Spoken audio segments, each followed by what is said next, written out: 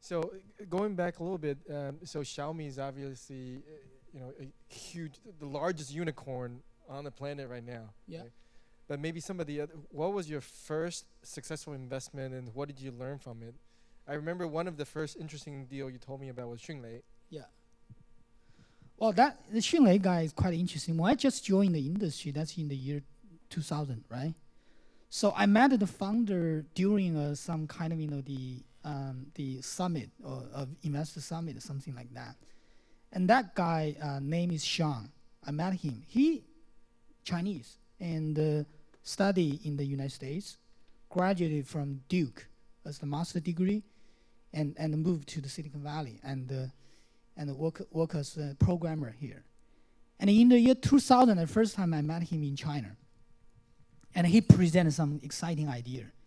And he said, I had a great team. The team member from Yahoo and from like Microsoft, something like that. And then my question is, okay, that looks great. When will you go back to China? Because the business plan is, we'll start up in China.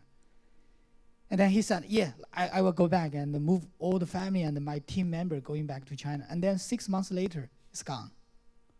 Because all the people have high opportunity cost.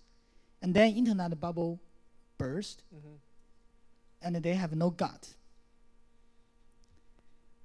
After 2 or 3 years later, Sean go back to China, and then we reconnected with each other.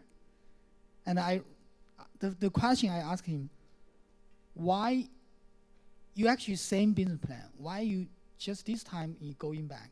He said he learned if the people without commitment, that's no power at all. So he said this time I have no VC, but I decide move whole family from the United States to China first, show my commitment, and then I want to really do something great. So that's something I think, I realized the real entrepreneur is different from others is that you guys are minority. Because most of people, they have no gut and no commitment. And they chase up the opportunity, but they have no belief. And the real belief in your heart, that's the fire in your heart, can push you to do something without too many, the excuses. So you have no excuses. You just follow your real, the fire in your heart. So Sean showed me the commitment. I show my respect to him. And then that company is quite interesting. He has the technology like a peers-to-peers and a search engine technology. He used search engine to build up the index of all the multimedia content. For example, one particular multimedia content, his search engine can tell you how many identical sources over the whole internet. They use the search engine to build up that index. And then he not like Google to use the search page ranking. He used the ranking to decide if you want to download one content. He can download one same content from multiple resources at the same time, use the P2P technologies. So that's the technology, that's the initial idea. That's the big vision, but it's starting from very small step. The first step is collaborate with the online game. So that's the right. History.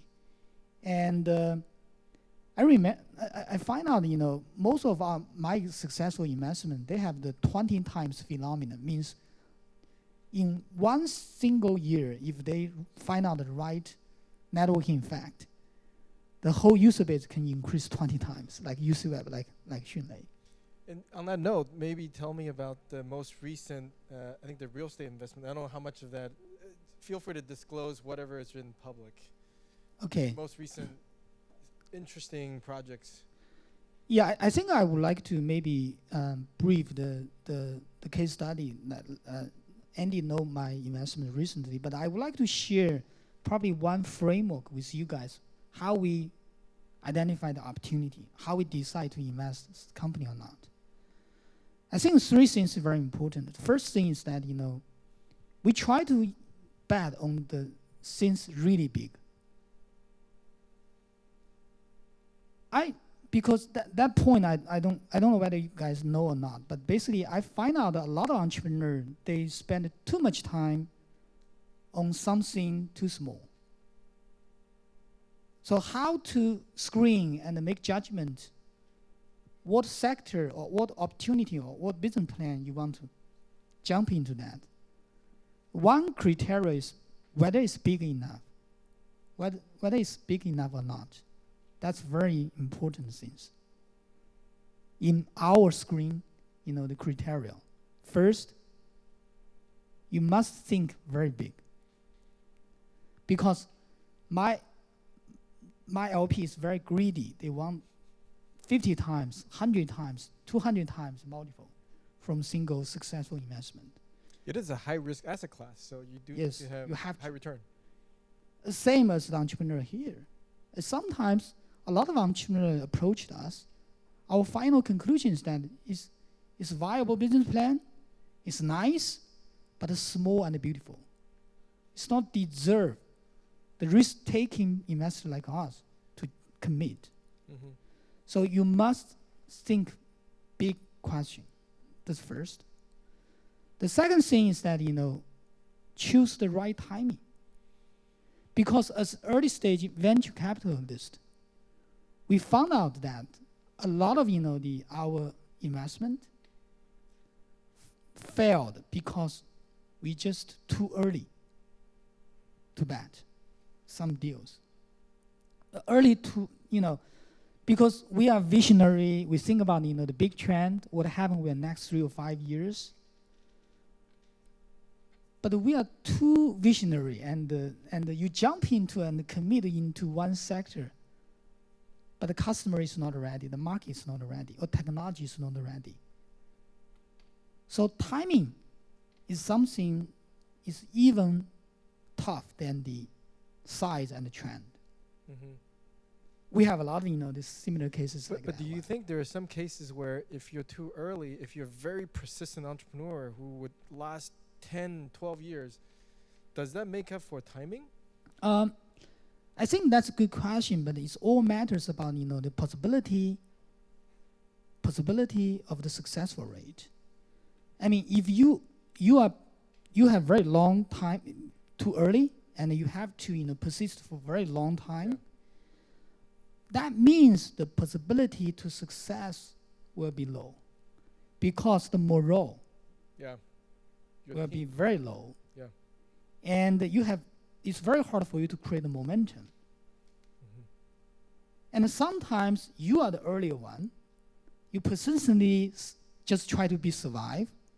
And then when the timing come in and some new player jump into with the great momentum and the high morale, you will become the weak player. Yeah. Or you cannot just survive to the timing, because sometimes you don't know when will be really boom, right. So timing is the second very tough and critical question.